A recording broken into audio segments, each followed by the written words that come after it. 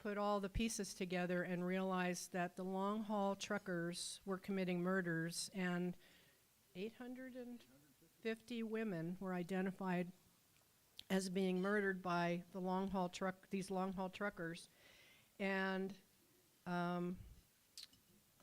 forgot what I was going to say. He just learned that this book has been nominated for the prestigious Edgar Allan Poe Award, and it's up for True Crime Book of the Year in the UK. Yeah. He has nearly 1 million followers across his social media platforms, but he's probably best known for hanging Medeiros art behind him when he's on national TV. So there's a company called Room Rater. It's a site that grades the sets of TV personalities when they broadcast from their home offices, and they've given us 2 10 out of 10 ratings. So, and I love his wife, Colleen, because it was her idea to do it. A little known fact about Frank is that he loves to cook. He's made every recipe in Chef Paul Prudhomme's Louisiana cookbook. Please help me welcome this celebrity amongst us, Frank Figliuzzi.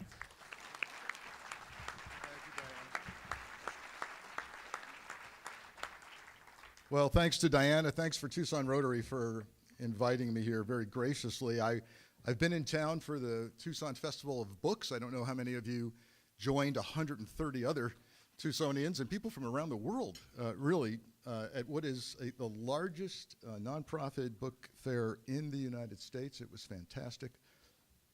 A lot of great people there. It's true. I do have Diana Medeiros artwork behind me every time I appear on national television. And Diana's been kind enough to loan those pieces to me. And you know, I told her a funny story. I've got a lot of followers on social media, which is a crazy thing if you think about how I lived most of my career in clandestine positions. I'm now on TV.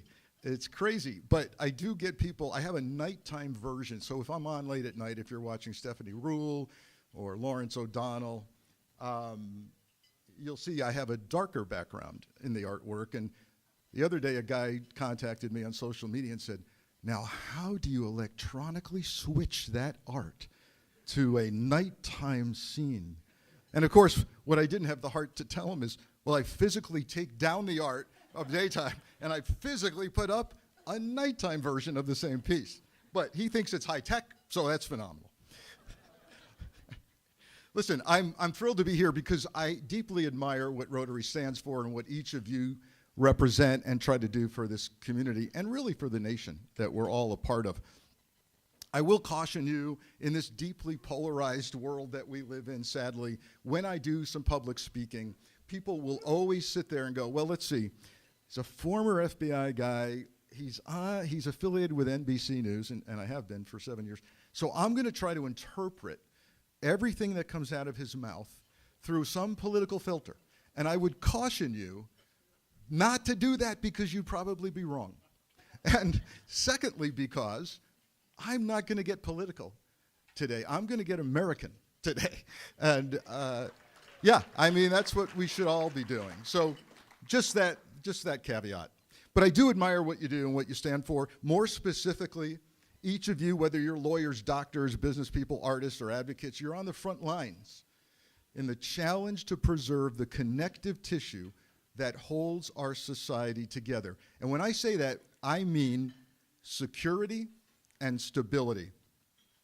It's security and stability, no matter where you are on the political spectrum, and increasingly off the political spectrum, that preserves our democracy and freedom. If we have one thing in common as Americans, we're seeking for ourselves, our families, and our community, security and stability.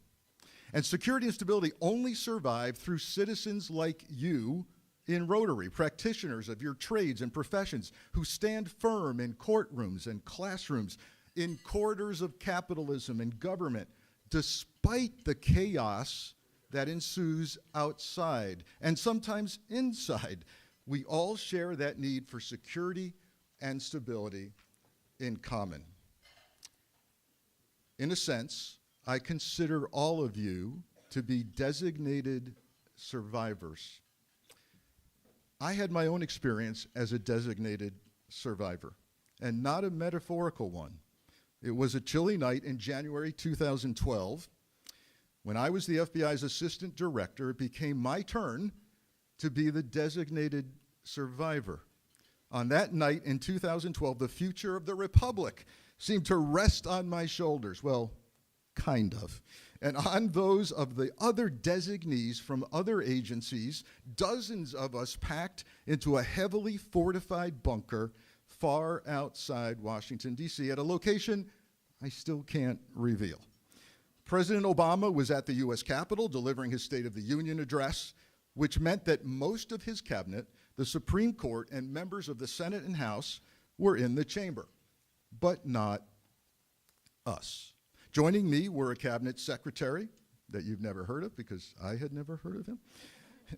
And by the way, that cabinet secretary would have become the president of the United States if everybody, theoretically, had been taken out at the Capitol. Congressional staffers were there, I don't know why, and a handful of buttoned-down, middle-aged officials from key federal agencies, mostly men, so I'm not sure how we would have repopulated the earth if we had to. These are things that go through your head deep underground. That same designated survivor drill still takes place each year across key agencies during the State of the Union. And it took place just several days ago when President Trump addressed a joint session of Congress. If a hostile foreign power or a terrorist organization were to drop a nuke on Washington, the designated survivors would be spared the carnage, theoretically, and carry on the nation's vital business from there. So the Tucson Convention Center isn't a nuke-proof bunker, but each of you are and must remain our nation's designated survivors, seeking and maintaining physical, institutional, and constitutional security in our unstable world.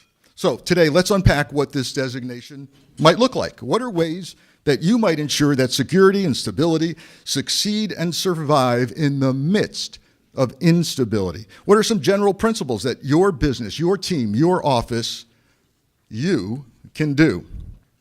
But we can't focus on solutions without identifying and defining the problems.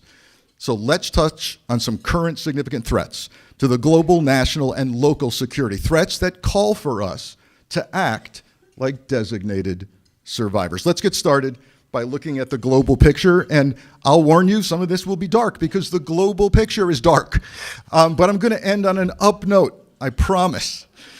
All right, we're now over the 1.5-year mark since the start of the Israeli-Hamas war, triggered by an unprecedented Hamas terror attack on Israeli soil that killed 1,200 people and saw over 240 hostages taken. The death toll of this war is now way over 50,000 human beings, including Israelis and Palestinians. At least 110,000 more people have been injured, and even more just this past few days. What does the Middle East have to do with our stability and security? Well, we've now had repeated warnings from top intelligence officials who say the U.S. faces a serious threat of a terror attack. Inspired by the attack on Israel, terror groups including ISIS and Hezbollah have called for retaliation against the West. Last year, a possible terror attack on U.S. soil was averted when the FBI arrested ISIS-connected terror suspects from Tajikistan who crossed over the southern U.S. border. Customs and Border Protection had engaged with at least some of them and conducted background checks, which came back clean. And right here in Tucson, last summer, 2 men were found guilty in federal court of trying to join and support ISIS. In another global hotspot, the Russia-Ukraine war is now 2 years old. The head of NATO has warned that if the Ukrainians stop fighting, their country will no longer exist. The total number of Russian and Ukrainian troops killed or injured so far is now well over 500,000, with the bulk of those losses felt by the Russians, who have suffered at least 300,000 casualties as they push their young men through a brutal meat grinder. In Ukraine, over 30,000 civilians are said to have been killed or wounded. What's the impact of the Russia-Ukraine war on global security and stability? First and foremost, there's nothing good about the deaths of over 500,000 human beings, nor is the financial impact good on the U.S. economy when we've sent over $175 billion in taxpayer dollars to Ukraine. On the other hand, the prospect of Putin gaining control of Ukrainian nuclear plants and oil and one of the top 5 producers of wheat and corn is daunting. And rest assured, China is watching all of this with great interest as they continue planning to take back Taiwan. Speaking of China, its government, along with its allies, Russia and Iran, is doubling down on heavily investing in cyber espionage and foreign influence operations. When it comes to China, even if the FBI shifted all its cyber personnel to just the China threat, they would still be outnumbered 50-1 by Chinese government hackers. Those are some of the global threats and causes of instability. Now let's look at national and local threats. The situation at the border is a matter of primary importance to Arizona. I don't have to tell you that. So let's look at the data provided by U.S. Customs and Border Protection. Last fiscal year, and this is mind-blowing, almost 300,000 migrants were encountered at the Arizona-Mexico border. That's a lot of people trying to enter this state. But that was part of a 77% drop in nationwide encounters over the previous year. Now, so far, this fiscal year, the numbers are down almost 80%. The challenge remains, of course, how to establish an immigration policy that allows agreed-upon groups of people to lawfully come and contribute to our nation. Let's turn to the increased reports of hate crimes in America. The latest available FBI data, based on reporting from police agencies, shows the number of hate crimes is the highest the FBI has ever recorded. In each case, there's a victim of violence, intimidation, or vandalism targeted for no other reason than their race, religion, national origin, disability, or other immutable trait. Race-based hate crimes were the most numerous. The report documents that blacks, Asians, and Hispanics were the top victims of these crimes. Religion-based crimes were the second highest category. Over half of the religion-based crimes were against Jewish people or institutions. The highest number of anti-Jewish crimes in over 30 years. We've also become depressingly accustomed to breaking news of yet another mass shooting. I've lost count of the number of times I've had to get on national TV quickly and walk people through the latest mass shooting or active shooter incident. The FBI's annual active shooter report contains good news and bad. Over the last 5 years, there were 229 active shooter incidents, which is an 89% increase from the previous 5-year period. That's bad news. Though last year's incident number is down from the previous year. That's good news. Last year, 105 individuals were killed during active shootings, the highest level of deaths in recent years. That's bad news. Other types of violent crime are what many more Americans, unfortunately, experience daily across this country. These offenses include murder, rape, robbery, and aggravated assault. In Arizona, as with much of the nation, violent crime seems to be down and reaching pre-COVID rates. Murder is particularly down across the nation and in Arizona and has been dropping over the course of the last 2 years. Now let's move from street crime to cyber crime. 1 in 5 U.S. companies have been the victim of ransomware. Maybe some of you and your firms here in this room. Many of the major attacks are state-sponsored and involve China, Russia, Iran, and North Korea, but many involved organized crime groups, often demanding ransom in return for your data or to restore your operations. They have your stuff, and they're holding it ransom. No one is immune. Last month in Arizona, Lee Enterprises, the parent company of the Arizona Daily Star. Anybody here from either the Daily Star or Lee Enterprises? Yeah. They were the victim of a ransomware attack that caused them to shut down some operations for a week. Here in Tucson a year ago, Casino del Sol was targeted for attack. And we're still learning the impact it had on Casino del Sol and their private data on anyone who had been there to gamble or to stay. These are just a handful of the causes of instability that we must address and overcome as designated survivors. But how? How can you continue to secure stability in an unstable world? Well, we start by doing it in our little worlds that we control. During my career, I lived and learned the FBI's way, this is my first book, The FBI Way, of preserving and protecting its core values. The principles behind the Bureau's way of withstanding instability can be broken down into what I call the 7 C's of values preservation and performance. The theory is that people, firms, agencies, even nations that are based on a shared system of core values are more likely to succeed and endure.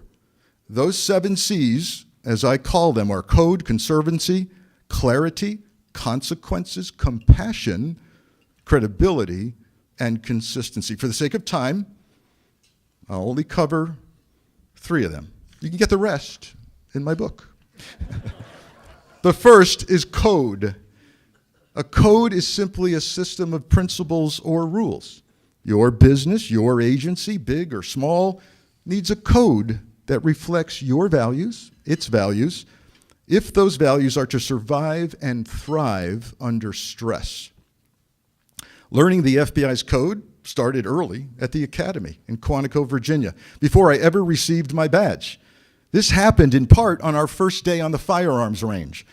Unless we were firing a course of record, a test for an official score, it was on us to pull the pen clipped to our shirt, mark a line through each hole in our targets, and scrawl our score in large numbers for an instructor to document. A little thing, but the beginning of a realization that we were trusted to score our own targets. There was a code, and each of us was trusted as a steward of that code. If you haven't established basic behavioral benchmarks with your team, you should. They don't have to be numerous. In fact, they shouldn't be. Too many rules can very quickly turn into no rules at all.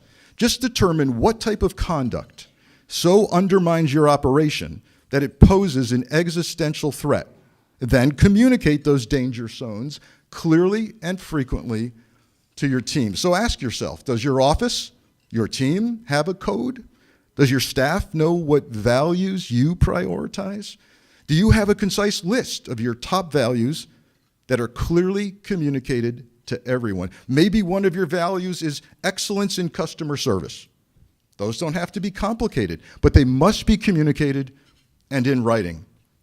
And for your code to be taken seriously, you have to possess the next C, credibility. Leaders depend on credibility.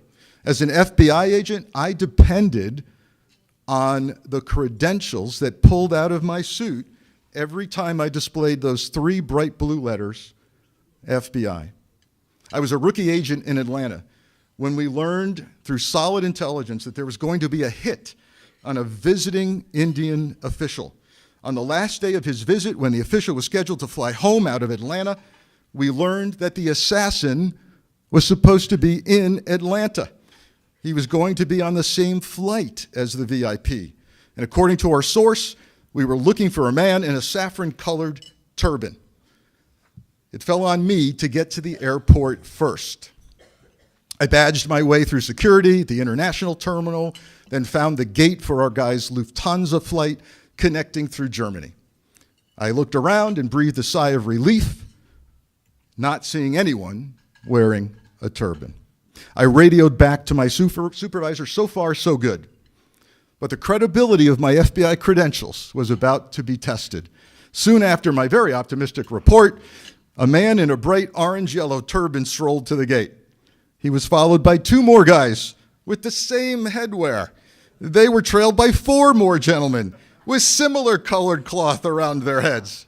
That made 7 potential assassins and 1 FBI agent.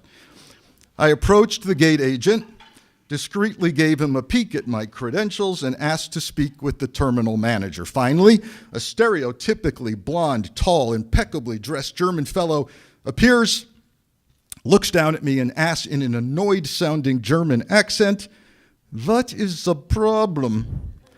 I flashed my creds, credibility, right? Explained that we had a threat to the safety of the aircraft and the passengers on it, and informed him we would need to delay the flight. In his thick accent, the manager proudly informed me, "We have a perfect on-time record on this flight.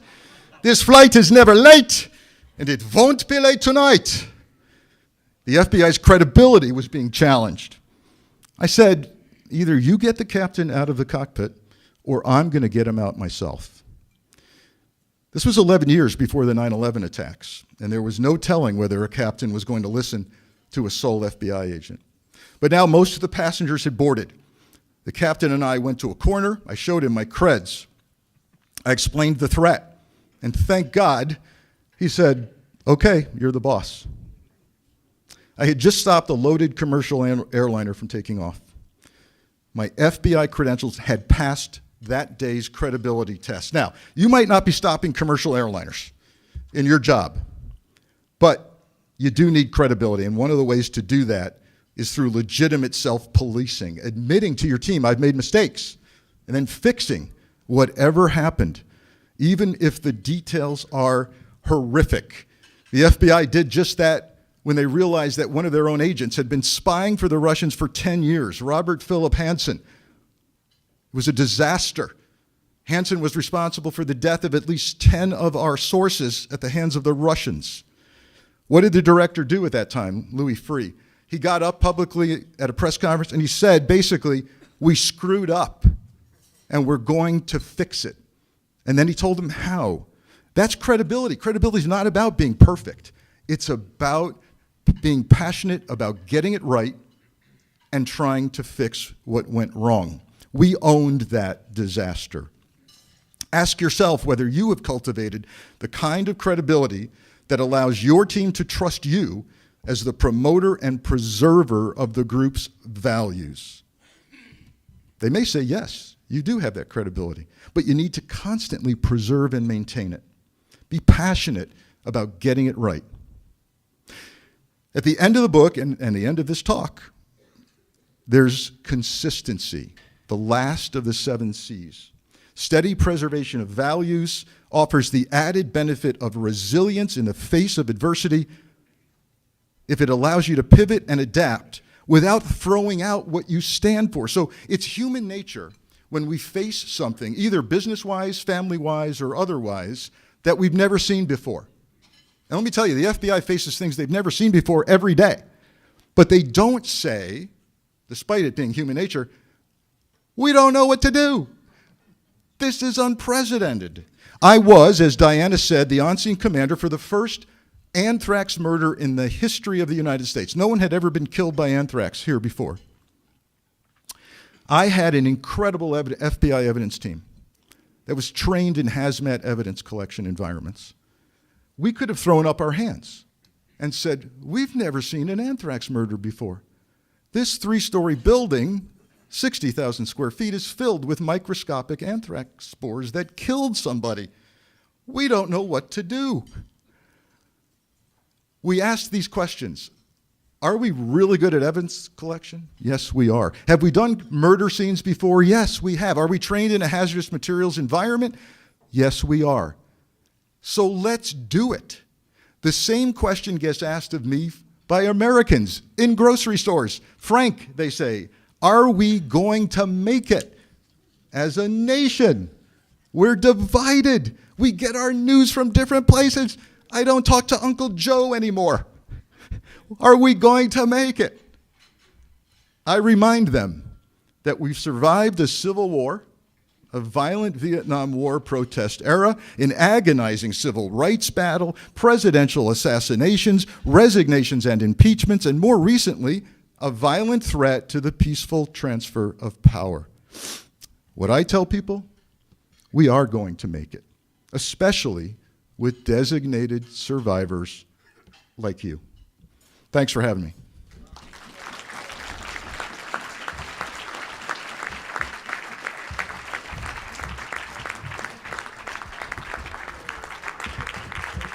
Thank you. Thank you. Thank you.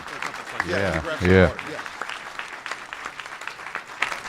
What's that? We have time for a couple brief questions here. All right. I have one right here. Thank you. Thank you for all you've done with the FBI and your service, and thank you for sharing that information and coming here today. Thanks. My question is regarding cybersecurity. You guys do a lot. The military does a lot. I've heard rumors of possibly encompassing under one umbrella, possibly a cyber force. Do you have any news on that? Yeah. So here's the good news. First, you're right to ask the question because there's no way that this can be done piecemeal by different agencies. As it was early in my time in the FBI, very piecemeal. Early on, years ago, if you had asked the US government who's in charge of a cyber attack, who's in charge of cyber warfare, they would have had a horrible answer that would have made you very angry. Well, it's NSA and then it's the Pentagon, I think. The FBI has something to do with it. Here's the good news. They all come to work now, these experts, under one roof in Chantilly, Virginia. I can disclose that location. And it is one team, one fight with regard to cyber. Can it get better? I can tell you where it can get better. And some of this, we'll never know because it'll be classified. But defining what is or is not an act of war in the cyber world is very difficult, right? How much of our infrastructure has to be attacked? By whom? Does it go down? Do we retaliate in kind or worse? Are we prepared for the second wave of that? By the way, I'm not into movie recommendations, but if you have Netflix, I urge you to watch 0 Day. It's just come out within the last couple of weeks, and I'm telling you what, it does. I won't give it away, but it does involve a major cyber attack in the United States, and it's very realistic. Next question. Do we have time for another one? Back there. Hi, Frank. A little background. I practiced tax law for 25 years and thus had a great deal of interaction with the Criminal Investigation Division of the IRS, and many of those I'm sorry for you. Yeah. So here's talking about credibility. One of the things that really built credibility, in addition to just the reputation, was a mutual respect for each other, for the agents I was working with, and we sat across the table and fought, but we had respect for each other because we were straight shooters. I won't get all political, but how are we going to maintain that credibility you speak of under the current situation? And I would submit it happens on an individual by individual basis of the credibility of that particular agent, but it's scary. Right. I know I chose the topic of my talk today to be that issue of security, stability in an unstable world. And I realize many people perhaps rightfully understand we've got instability here. I don't want to get political here today, and I love the break I'm taking today and that we're all taking today from that. But you hit it on the head when you said it is really about individual relationships. Whether it's a prosecutor and a defense attorney who have that mutual respect, because why? They're both really seeking the truth, aren't they? Right? It's not about nailing somebody regardless of the evidence. Similarly so, I do have faith that rank and file federal agents and rank and file prosecutors and defense attorneys are going to look continually at evidence and facts. And that if something gets in the way of that, they're going to say, I'm not doing that. So that's what I'm hoping for. How are you doing? One more quick one right here. Hi. What happened at the Lufthansa flight? What happened at the Lufthansa flight after you stopped the pilot? Flight. Yes. Oh, God, I had such an upbeat ending. Didn't I end well for my speech? Okay, yeah. Well, you need to get the book FBI Way is what I'm doing. But I'm going to, boy, you're making me end on a dark note. So I have good news and I have bad news. The VIP did not get killed in the United States. But he did when he got home. And I'm just a little note and then I'll go on. I was really taken by his attitude. I sat down with him and explained the threat, and I said, this is going to happen. It's just a question of where. And he threw up his hands with a very kind of Hindu approach to life and to death and said, my day is going to come, and so be it. And I'll never forget that. I'll never forget that. Thanks for having me.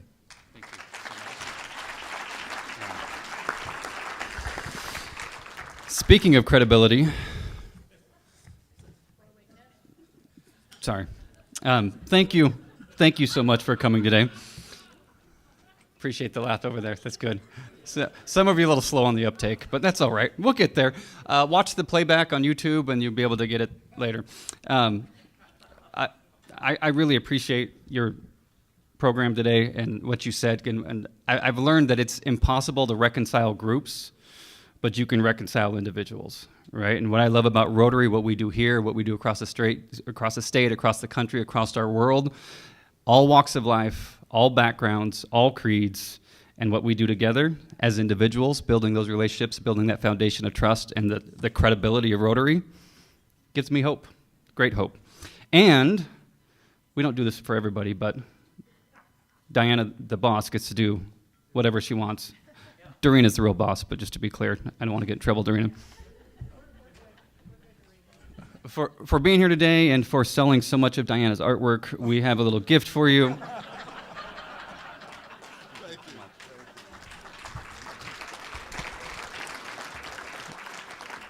And we have a book here for you to sign called, I don't think this is in reference to what you were talking about. I don't think it's you, but Lying Up a Storm that we're going to ask you to sign, and we're going to donate it to our child in our Make Way for Books library as we encourage literacy across Tucson.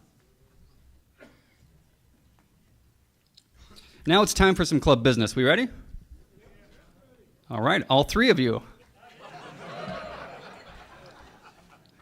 Come on now, I'm back. Let's go. Are we ready? A little club business? Here we go. We got some birthday boys and one birthday girl up here today. To start, we have Joe Pennington. His birthday was March 1st. Joined our club April 1st, 1985. Financial planning is his classification. Personal Finance Advisors Incorporated. He went to the University of Mississippi, Georgia State U, and something you might not know about Joe. Joe Screed? Oh my goodness. It's going to be okay. I'll make it through this. Joe skied. I don't know where I added that R, but thank you, Brett. Gold star today. Joe skied free on his 80th birthday at Taos Ski Valley, where he first learned to ski when he was 37. Life is grand. Joe?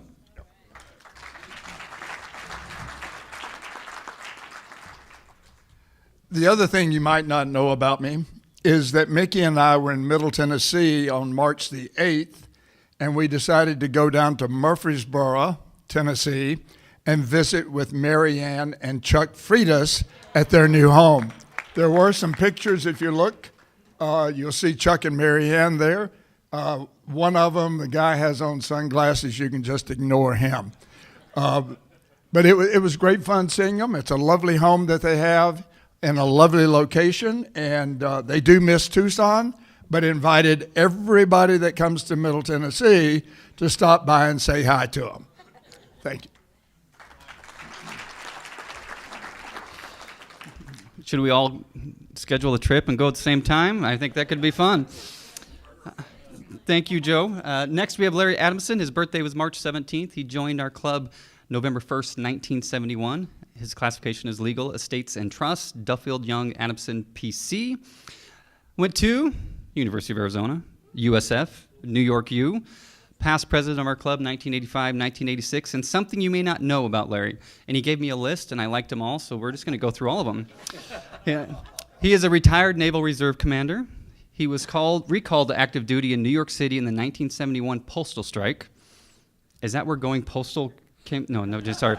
His elementary school is now Pima Community College's downtown campus. Did not know that. He has been to 14, count them, 14 Rotary International Conventions.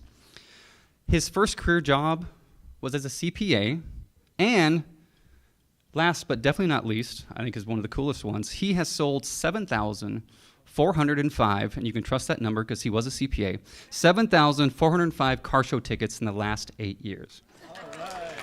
Larry. Thank you, Curtis. So this is 2025. In 1925, my father joined this Rotary Club. And that's why I'm here. Thanks. That is really cool. Thank you, Larry. Next, we have our favorite future president of the club. Next, sorry, Bobby, where you at? I didn't want to offend you, Bobby. Our favorite president-elect. There will be a vote later. Dot Kret, her birthday is March 21st, joined our club April 9th, 2003. Community and Social Services, her classification, Vocational Rehabilitation, DK Advocates. She went to U of San Francisco and University of Arizona. Something you may not know about Dot. For her high school speech class, she memorized and recited Lewis Carroll's Jabberwocky, and she still remembers most of it today. Dot. Here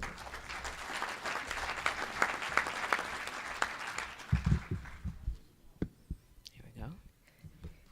'Twas brillig, and the slithy toves did gyre and gimble in the wabe.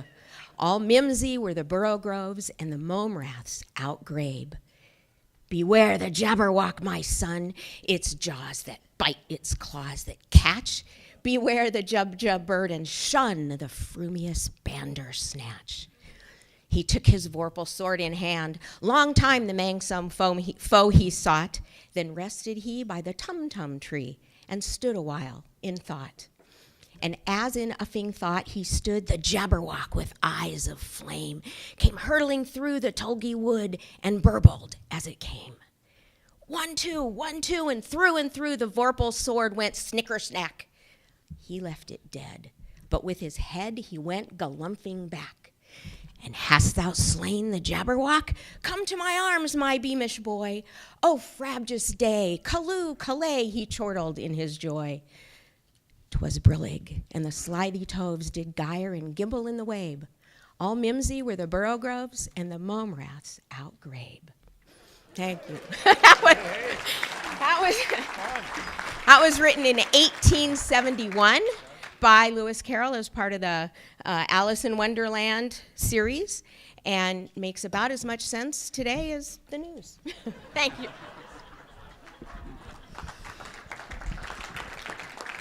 Thank you, Dot. And one more. Don Rawlings, birthday is March 28th, and joined our club August 1st, 1979. Real estate, building management, America West Investments, went to Princeton and University of Arizona. Something you might not know about Don. Once upon a time, his daughter Elizabeth and he won a chubby checker twist contest in Benzie County, Michigan. The prize was a certificate. Wait, there's more. Just wait. The prize was a certificate for pizza from Papano's Pizza on Main Street in Frankfurt. Unfortunately, the event was not covered by the local paper. But we do have some video. No, just kidding. We don't have any video today. Don?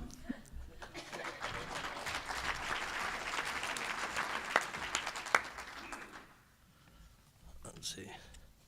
So I need these glasses for this. Good afternoon. Thank you, Curtis, for your introduction, and thank you for your service to the club. In an effort to adhere to the time allotment that I've been given, I've divided my remarks in 4 parts. I begin by thanking my sponsor, William Hawes Smith, for introducing me to this fine organization in the summer of 1979. When I think back over my 46 years of membership in the Rotary Club of Tucson, 3 things come to mind: a sense of gratitude, long-term friendships, and appreciation for the service that members of this club have rendered locally, regionally, and internationally for the past 104 years. I consider it to be an honor to be a member of this club. There's no question in my mind that Rotary is all about people serving other people, wherever they may be. Finally, I close with the words of my good friend and fellow Rotarian, John Wong. With gratitude, humility, and hope, we continue our journey. Thank you. Thank you. Thank you. Thank you, Don. And now we have some blue badge presentations. You do it first. Yes, we do. First, I'd like to introduce Chuck Sawyer on behalf of Scott Vaughn. Thank you, President Curtis. I've got a blue badge for Brian Crawford. Brian's gone through all of his steps to get his blue badge. He is the managing director of Millennium Private Wealth, and he's a great guy to add to the club here. And when, I tend to say something you don't know. So something you might not know about Brian is I look through his information. He can move his ears. I think you need to move them right now. Can we see those ears move? No. Welcome. Thank you. The ear movement's very subtle, I would say. I appreciate it. Thank you. It's quite an honor to join this group. Your success in your professional lives is so impressive, and then the commitment back to the community is such an honor to be part of. So I appreciate it. Thank you, Scott. Chuck. Next, we have Jim Murphy. Thank you, Mr. President. I'd like to tell you a little bit about Sean Roberts, our newest Blue Badge recipient. Shannon Roberts. I got your back. I got your back. You're a past president. You're good. One thing that many of you cannot claim, and I think our most recent Blue Badge recipient can, that Shannon was born and raised in Tucson, Arizona. How many of you, raise your hand, have had that distinction? That's wonderful. More than some of us probably thought. He graduated from Concordia University, Sioux Falls, military, corporate, and nonprofit leader. He was a drill sergeant, human resource executive at TMC and Tucson United School District, regional vice president of United Airlines, CEO of Arizona Diaper Bank, and currently the CEO and scout executive for Scouting America Catalina Council here in Pima County. Loves cooking and creating crazy crafting cocktails. His greatest accomplishment, he says, is the fact that he raised his son as a single parent while working and getting his degree. Probably a challenging time. So congratulations on getting your blue badge. I'll take that one. I'm not that exciting. Thank you. It's fun. We'll have more fun. Did you say you're not that excited about the blue badge, or you're not that exciting? Okay, good. Whew. You're going to go back to red badge there real quick. Next, I'd like to welcome up for a Paul Harris presentation, Charlotte.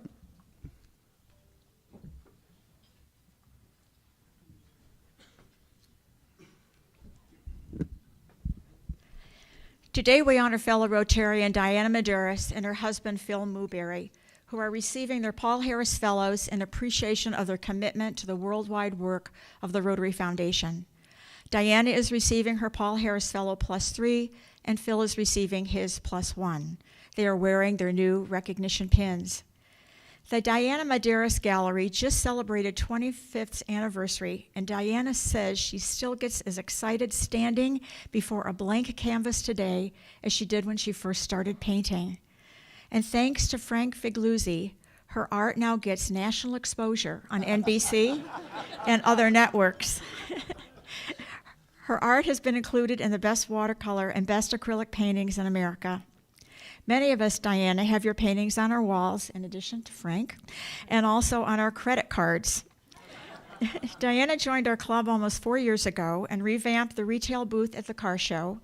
She serves on our Rotary board, where she heads up the Service Projects Committee, and instituted a monthly and annual recognition program for Rotarians who participate in our 14 service projects.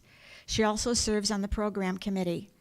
Diana is a graduate of Rutgers University and moved to Tucson in 1976 to get her master's at the U of A. Dr. Phil Mewberry is a Tucson native and a U of A graduate who attended dental school in San Francisco, then returned home, where he has practiced in his beloved city for the past 38 years. He practices general dentistry and also helps patients with sleep apnea by fitting them with an oral device that has been life-changing for many.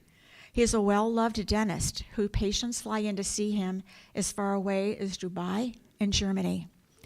One of his young patients mistook him for Santa Claus, which then eased her fears of sitting in the dental chair. For 25 years, he has served as president of the free dental clinic at St. Mary's, where he and 20 fellow dentists staff the clinic at no charge to patients. Phil was also a scoutmaster for 4 years. He's been married to Diana for almost 2 years now and likes golf, wine, welding, fabricating in the garage, and their dog Max. When he retires, which won't be soon, his goal is to become a professional slotter, a skill he has honed at the last 4 car shows. When asked why they participate in RI projects, Diane and Phil responded, "Some crises are bigger than people can handle on their own. It's proven when Rotarians join forces, miracles can happen, such as the incredible $3.2 million raised for the disaster in Maui, following an initial ask for $100,000. Please join me in thanking and congratulating Diana and Phil.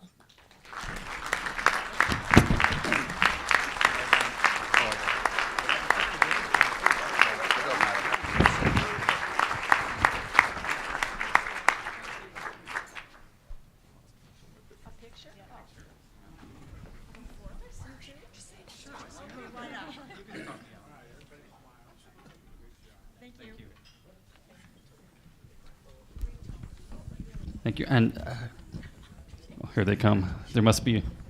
Should I run? No. We're good? Okay. Do we have a raffle? We do. Let's do it. That's right. So we, go get my big barrel, would you? We do a raffle every week. And Frank, Agent Frank, I'm going to have you draw a card. If you draw the King of Clubs, someone's going to win a lot of money. And if you don't draw it, someone's still going to win $105, which is in my pocket right now. So I'm going to put it in here. Has it occurred to you how ironic your last name is? Just the last 4 letters of it. It's Uzi, and you worked for the FBI. I'm just saying. Yeah. If you just put a C in front of that, it could be like a koozie, like one of those things that warms our coffee. That might be a little softer approach, just to say. All right. Don't encourage him, they say. All right, ready? Yep. All right. All right. Hold on to that. Okay. And now Agent Batale behind you just handed me the tickets. And go ahead, pick one ticket. One only. Okay. All right. And I'll read the number. Okay. Diana, you can't win today. She didn't buy any today. 783-718. Who's the winner? Ooh. Ah! A guest for today is the winner. And a guest of Diana. Way to rig the contest, Diana. Good job. And all of our guests get $105. That's just usually how it goes, right? So, but if there's only one guest, so we'll do. Agent Batale, you're not showing your credentials right now. Rotary credentials, yes. All right. That's a finable expense, so we're going to fine you for that. But instead of fining you for that, we'll fine you for your appearance on Morning Blend for SVP Fast Pitch. You have 30 seconds. Go. Ooh, okay. April 3rd is a pitch showcase of 8 organizations, and so we hope that you come to that. All right? Yeah. All right, money for the third, and that's your fine. You're gonna give us some money. So it wasn't the King of Clubs. Yeah, no. And we have another fine over here, President Curtis. Do we have any other fines? We do. We happen to actually have another one over here, and Marcy Euler, you'll get an extra 15 seconds if you can explain why you plowed down Larry Adamson's elementary school to build your little college that you have there. But she was featured in an article in the Arizona Daily Star this week, and so tell us how you can make someday today. Okay, first of all, I don't work for the college, so that's not my tagline. But thank you. And by the way, the elementary school that Larry went to still stands. It is the Roosevelt Building at downtown campus, and that is where the vice president for that campus resides, and there are a number of classes that are taken through there. So my job with the foundation is to support the philanthropic needs of the college. The students, the faculty, the programs are important to everyone in this room and our community. And so Ken Cook, who was a member for about this long, I think, of this club, I met him at a Christmas party and he said, would you be willing to do this? And so I said, sure, and the resulting article. And so it really is strange to read about yourself in the newspaper. It's even stranger to read about yourself in the newspaper the weekend of the book festival when it cites you as having run the book festival previously, which is a great event, I agree. But now, really the honor of my life is serving Pima College through the foundation and our community. And having the privilege of being one of the beneficiaries from the car show is just beyond my ability to express gratitude. And having people in this room who donate to the foundation, in fact, one of you did so today, and thank you. And having the match from Larry Adamson's Connie Hillman Foundation makes a huge difference. So thank you all very much. Ken Cook was in the club, and then he did a story on me, and then he quit the club for some reason. Coincidence, I don't know. We have some announcements to get through. I'm going to apologize in advance because we're going to go a little bit over today. It's Brett Stein's fault, so talk to him about it. Announcements, they are on the screen right now. They are emailed out to you. They are on the table, so please make sure you read that so you can see all the good things that are happening with the Rotary Club of Tucson. Next, we have some Red Badge member selfies. First one is Bob and Thomas right there on the left. And the next one, we got Chuck, Daryl, and Randy all hanging. Whoa, we went through quick. They need their time. Chuck, Daryl, and Randy all on the right there. Remember, Red Badge member selfies. If there's a Red Badge member next to you or that you want to get them on the screen with you, take a selfie with them so we can meet them, and you're doing your part to reach out to them. Next, where is Wilbur? Wilbur did go on a little trip, so there is at least one Wilbur around.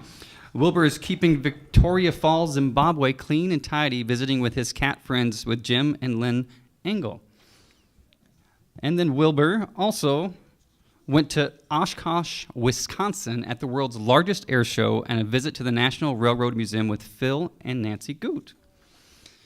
And Wilbur is sporting his air tag at the Festival of Book Culinary Tent with Nancy Stockton.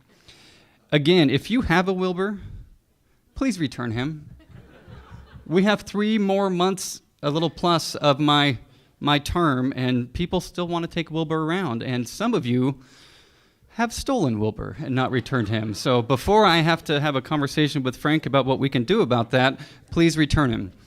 Quickly, again, we're trying to get every Rotarian every year, so we ask everyone to support the annual fund. Please donate. We'll talk about that more in a future meeting.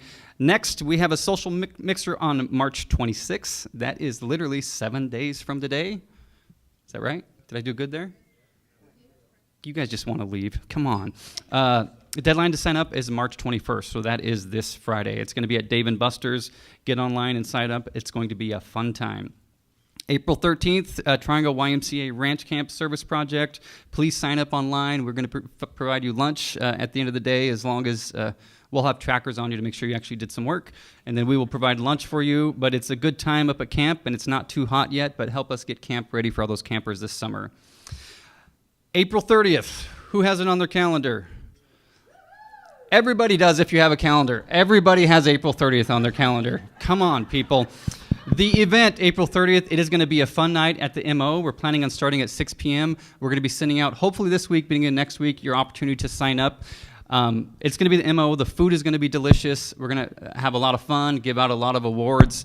It is going to be $100 a person, I just want to warn you. But the food and I know the company is going to be worth it, but the food is going to be delicious. So I encourage you to get that time and that event on your calendar for April 30th. And next, from the Grants Committee, we have Mary DeVries Ross. Mary? Do you have the microphone? Yep, here we go. Someone got distracted. Yeah. Hi there. So the Grants Committee needs your help, please. We have a survey that's on the table here.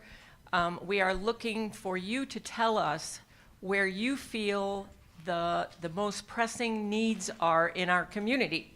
There's lots of needs, but which ones do you feel are the top 3?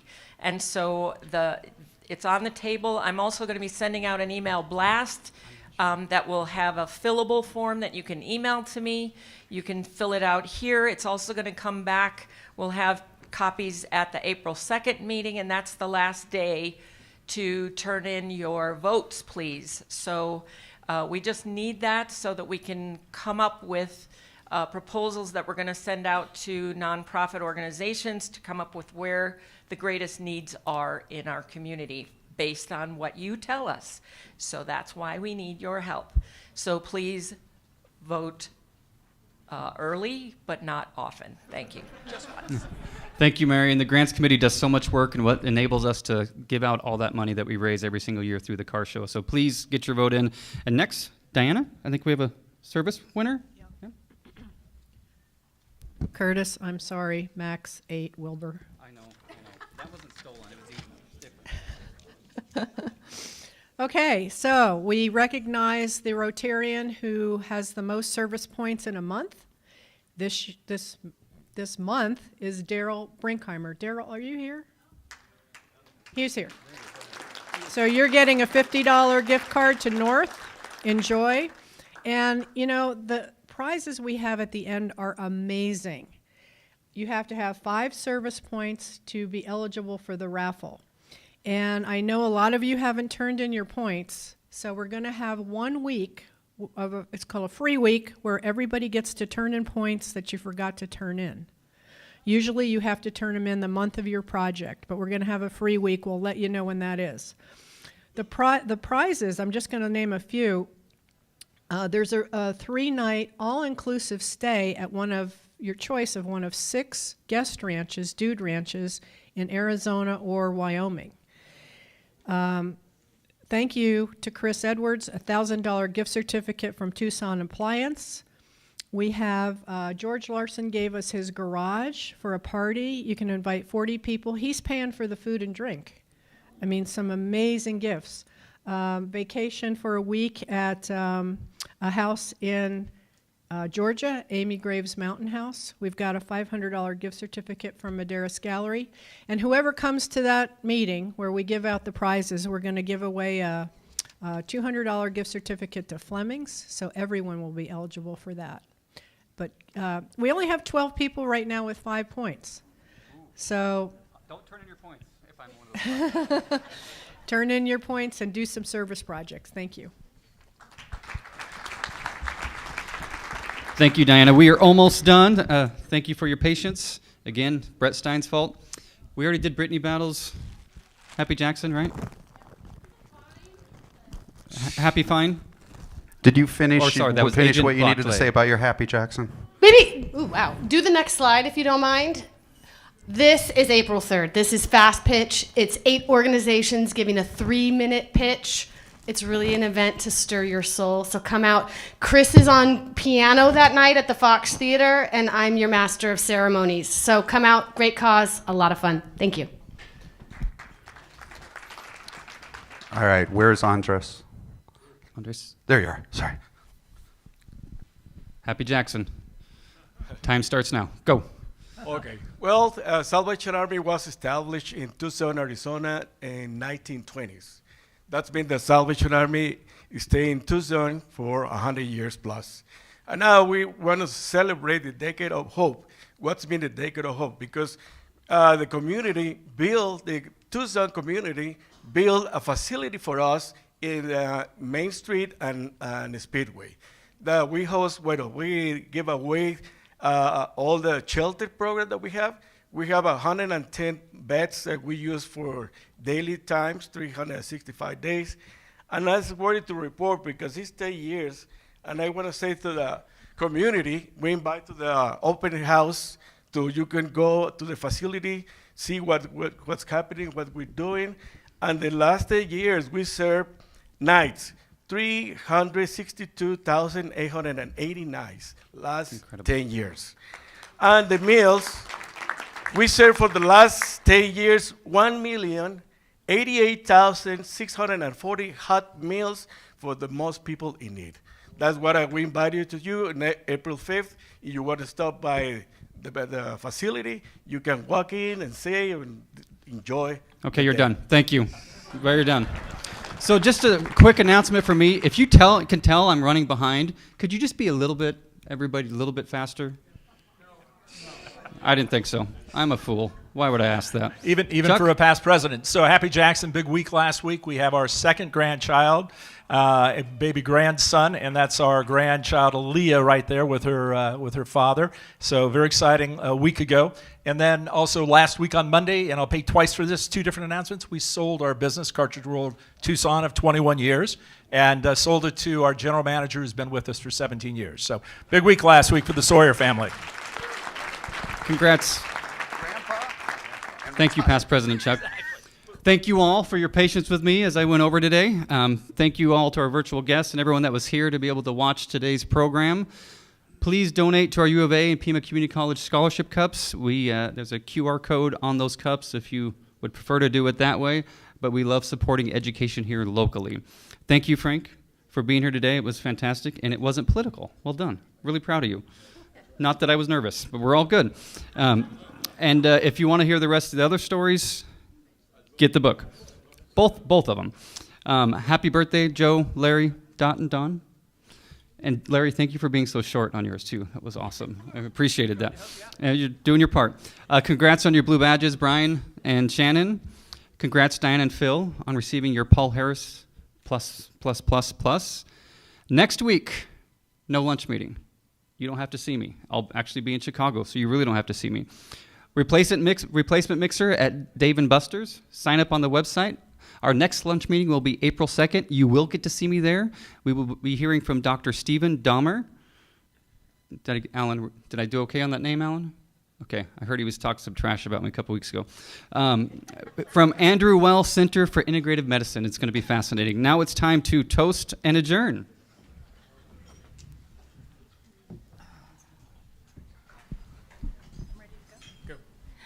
Let us raise a glass to the ripples we create. Here, here. Here, here.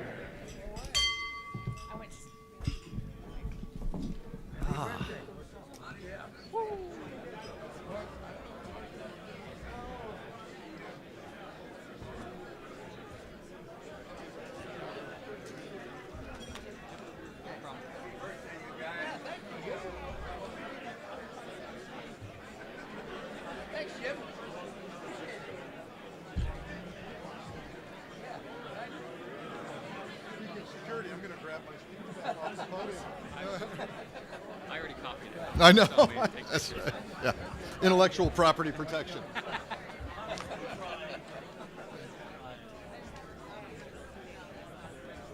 Thank you. Oh, thank you.